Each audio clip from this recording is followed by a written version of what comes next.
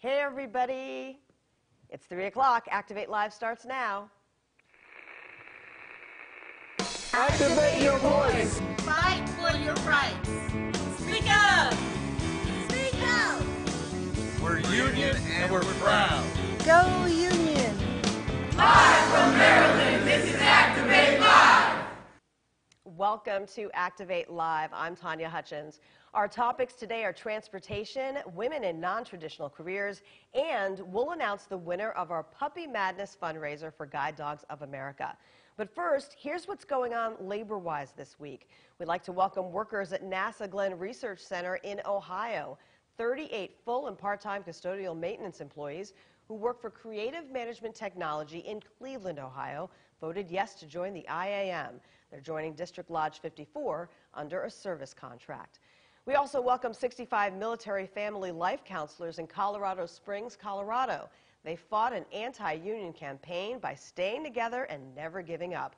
The campaign is part of a union-wide coordinated effort to organize thousands of military family life counselors that work at military installations throughout the country.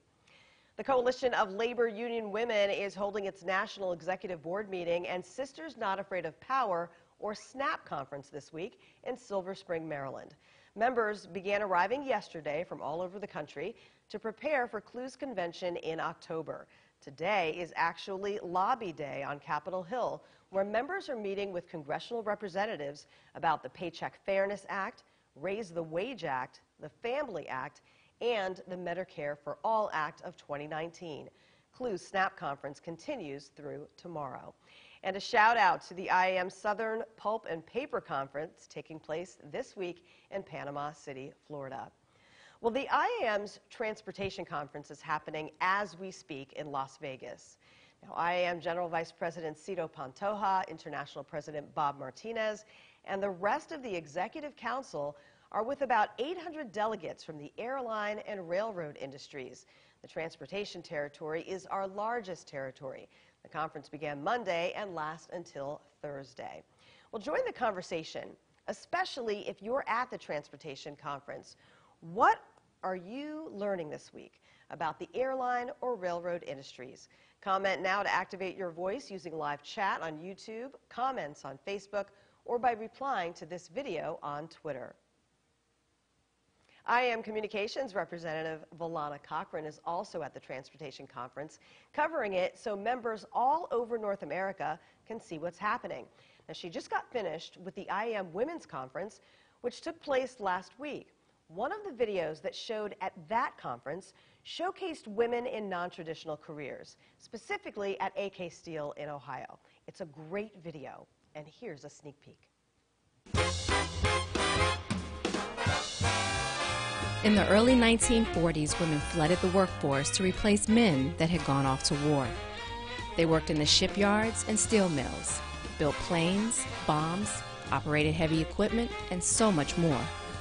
These women were referred to as Rosie the Riveters, proving they could do a man's job and making a path for generations to come.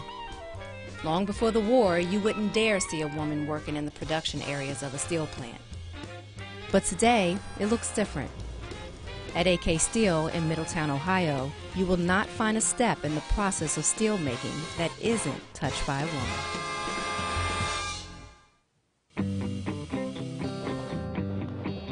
I'm an inspector in quality. I operate equipment, backhoes, and front-end loaders. I'm an overhead crane operator. I move coils just like those from one place to another. And she does it from a bird's eye view, lifting and moving 65,000-pound coils of rolled steel around the yard. You get to see everything and everyone, and it makes you proud. It really does. Just being up there, being able to lift hundreds of tons a day, it's a neat experience. Jobs like these are considered non-traditional for women, and often they are faced with having to work harder to justify their worth. The male-dominated world, it never scared me, and I actually took it as a challenge. It's intimidating at first. I felt like I did have to prove myself a little bit. Now that I know the guys I work with, we're a big team. You can't come into a workforce like this and say, I'm a woman. And because I'm a woman, I can do whatever I want. I don't have to try. That's not true. You have to try. You have to succeed.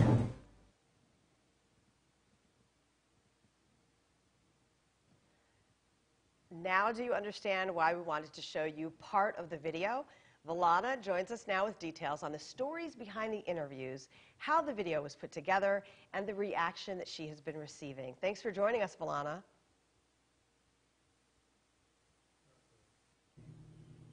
Can you hear us now, Valana? Yes, I can hear you. Thank you for having me. Great. Now, first tell us, how did this video come about?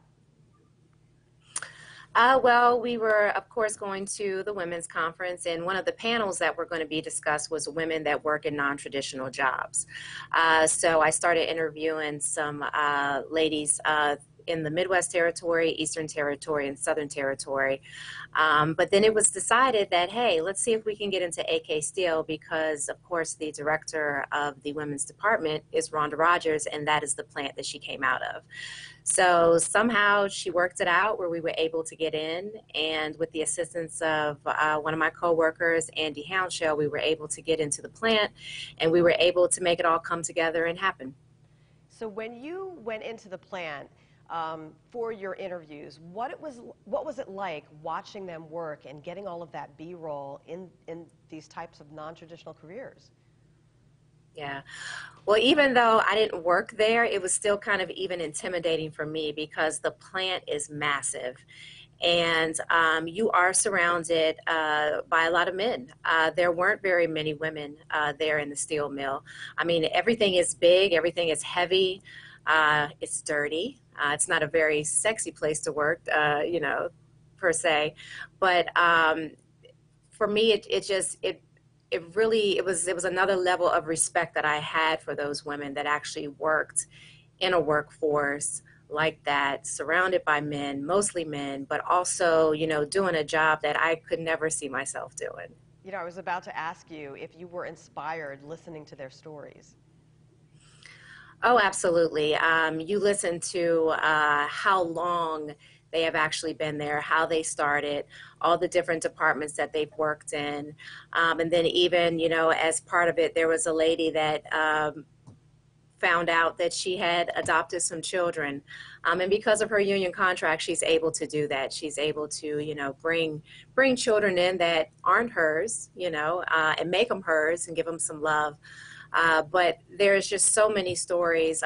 These women are able now to retire because of their good union contract. They won't have to work a second job or work until they're 65 or 70 or something like that. So it was really, really inspiring to go through there and to meet them. They were wonderful. Now, did you interview every woman that works there, or were there others that were not part of the video? Because I'm wondering how many were there.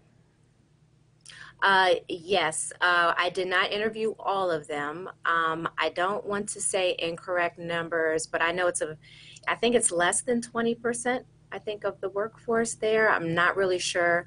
But no, I interviewed, I think we spoke to 7 or 8 ladies while we were there.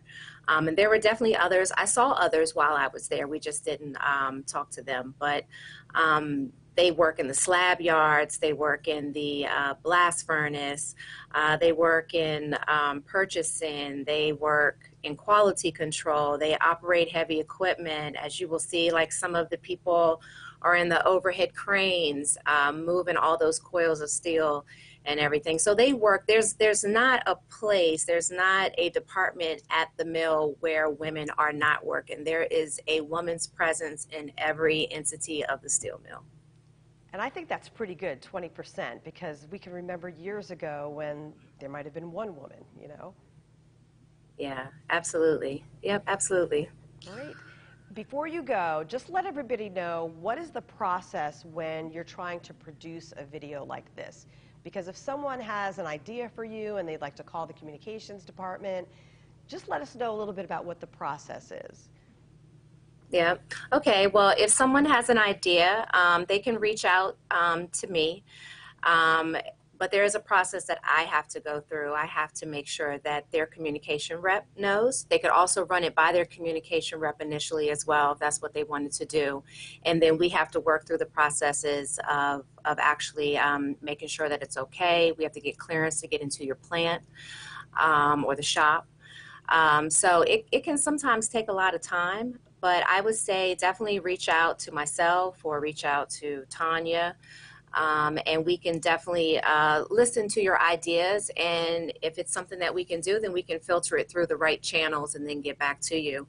But I'd also like to say that this was the first video in a series that we've created called the Iams Leading Ladies.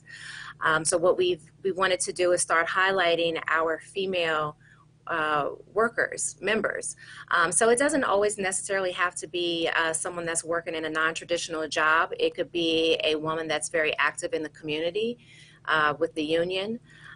Just a woman that stands out, because I think that we don't toot our own horns enough and show, you know, all the different stuff that we do, because women do a lot. Like we can work, we can take care of a family, we can work, we can do whatever else is asked of us. We can do community service drives, we can make a difference in other people's lives. And I think that we need to start showcasing that, because we have some pretty significant, awesome members out there. So if anybody has any ideas or knows someone, you know, in the union that is, you know, taking that extra step or something like that, reach out to us. And if we can get out there and cover it and make it happen, we would love to do it. Well, it was a great video. You did an awesome job. And before we leave, you are there at the IAM Transportation Conference. How is that going this week? It's going really, really well. There's a lot of people here. We heard from 2 presidential candidates. Everybody was really, really pumped about that. It's like you said earlier, there's a little over 800 people here, and I remember GBP Santojas, you know, saying that this is one of the largest delegations that they've had. So they're keeping a very full and busy schedule, but everything seems to be going really, really well. So a lot of fundraising and so forth for Guide Dogs of America, so that's awesome. So yeah, it's good. It's good. Great. Well, thank you so much for joining us, Valana. Thank you for having me. Okay, that was Valana Cochran, IAM Communications representative, joining us from the Transportation Conference about that wonderful video that is being posted as we speak. So to see the full video that is 7 minutes long, because we only showed you 2 minutes earlier, please visit our YouTube page and just search Machinists Union. You can also go to the URL. Here it is, youtube.com/machinistnews. And while you're there, subscribe to our page. Just hit the red button that you see there in the upper right-hand corner and hit the bell, and we'll notify you every time that we put up a new video. There is an entire playlist called Women of Labor, and you'll soon see this video that Valana did on Facebook and goiam.org as well. So we're really excited about that. Well, March Madness may be over, but the first ever Puppy Madness literally just wrapped up. The IAM is raising money for our favorite charity, Guide Dogs of America. And the bracket was down to 2 last night, Asia from IAM District 70 and Cho from IAM Local 2003. Well, the title of Cutest IAM Dog goes to Asia. So congratulations to Asia, the 2019, not just national champion, international champion, champion of North America, because we're in Canada too. So congrats to Asia and District 70. And joining us now to talk about the contest and the importance of the work of Guide Dogs of America is IAM member Teresa Blevins, who is Asia's human. Thank you for joining us so much, Teresa, and congratulations to you in Asia. Oh, thank you so much, and I'm glad to be here. So what did you think about the contest when you first heard about it?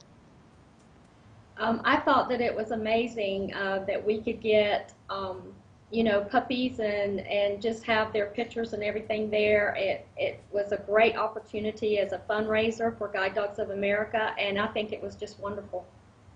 Now, I know all of the dogs, I think we started out with 8, were competing against each other, but did you feel like it was a friendly rivalry?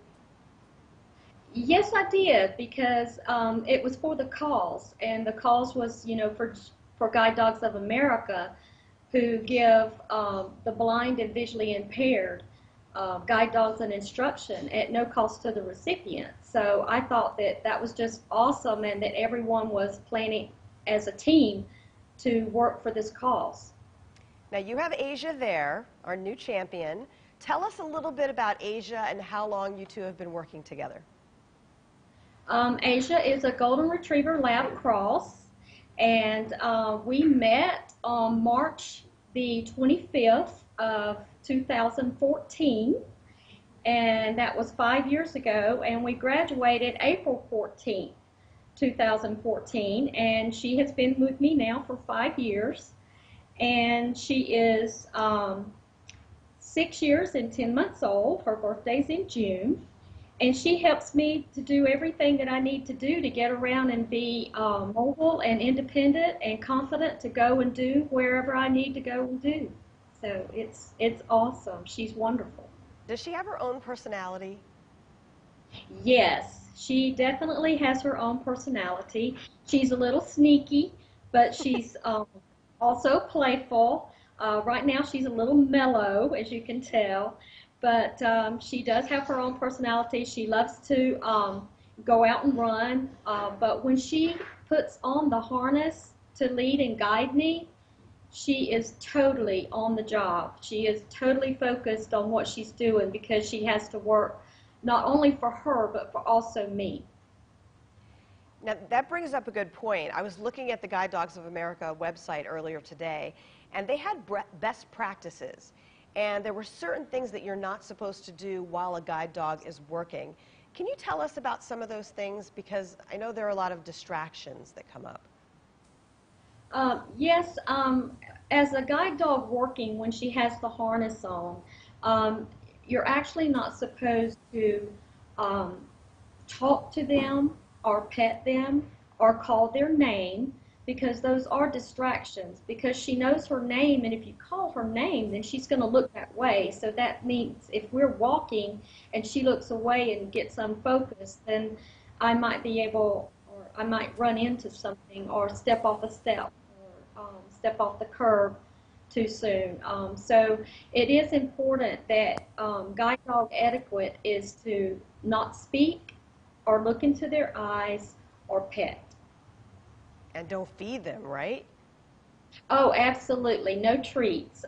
We get asked a lot, well, can she have a treat? And what they like when they're working, and this is very important, is a lot of love and praise. When she does a good job, I let her know, Asia, that's good. Good girl, good girl. And she gets treats later on. At the end of the day, in the evening, I normally give her, she loves baby carrots. So she gets baby carrots at the end of the day. So she looks forward to those. But while they're on the job and doing their job, no treats. Okay, that is so important, because I feel like this is like a life or death situation, because you're out there in traffic, you're out there with cars and buses, and it's just scary to think about, just for me, and it's not even my life. Well, she has, over the 5 years that I've had her, there is many circumstances that she has what they call intelligent disobedience.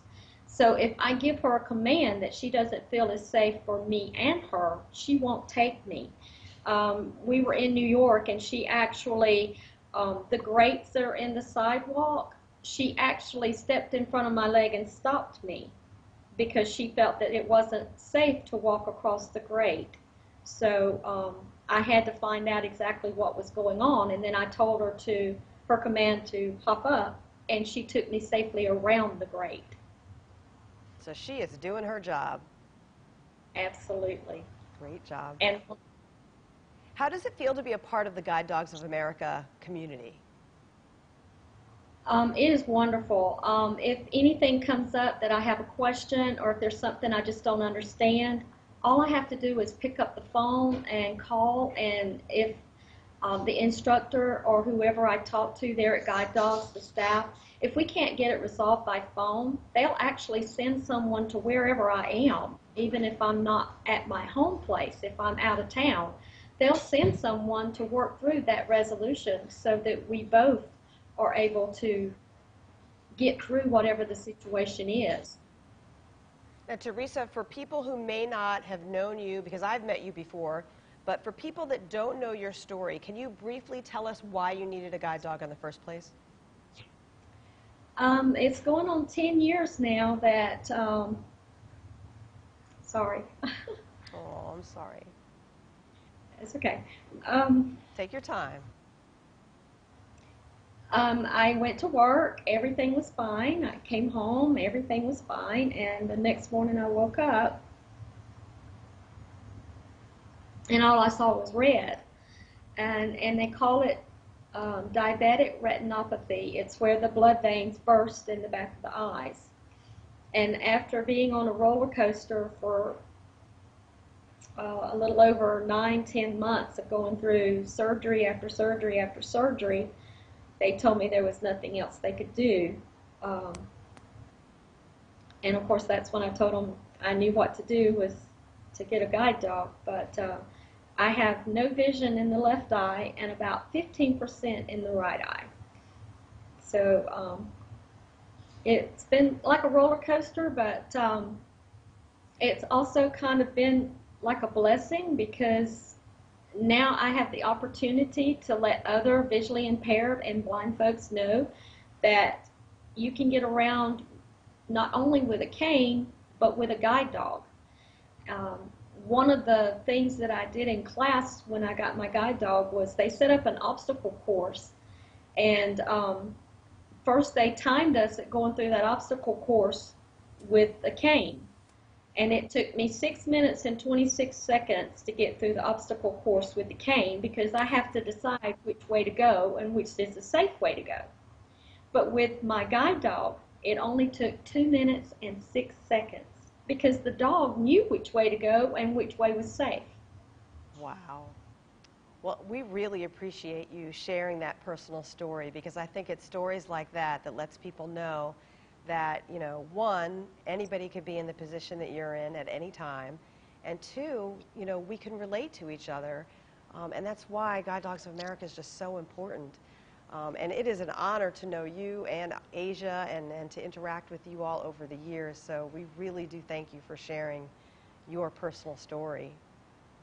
Well, thank you so much for having me on here today, and I would like to thank everyone who participated in the Puppy Madness fundraiser because it was awesome and it was just energetic to know that how it was progressing along and everything. And we'd like to thank the staff at GDA, the school, the volunteers, because it takes the volunteers and those amazing puppy raisers, because all of us working together as a team and the GDA team is what makes it happen.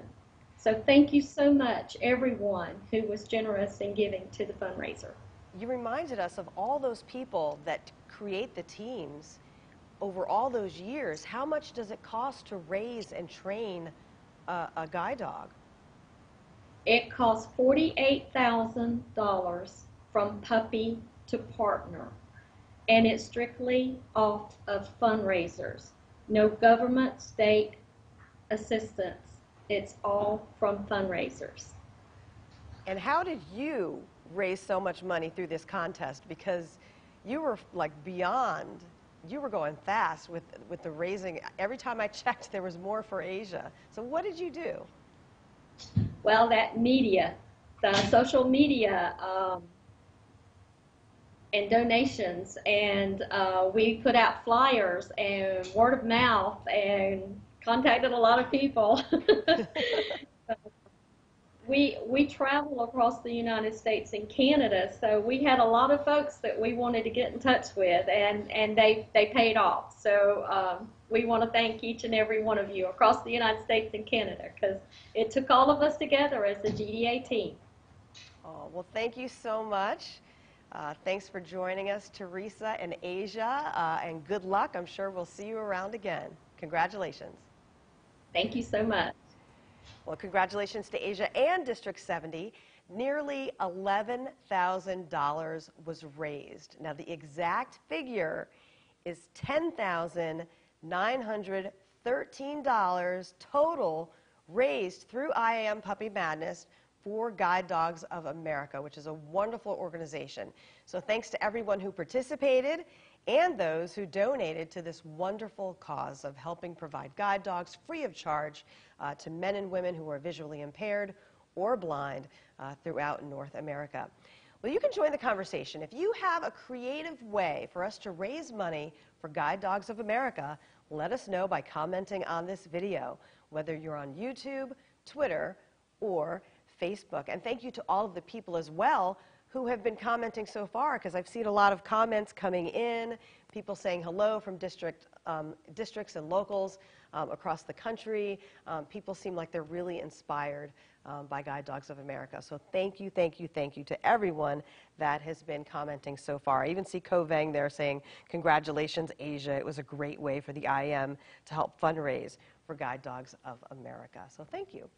Well, if you are a member of the IAM, one of the benefits of your union membership is the ability to take classes at the Wimpisinger Education and Technology Center in Hollywood, Maryland.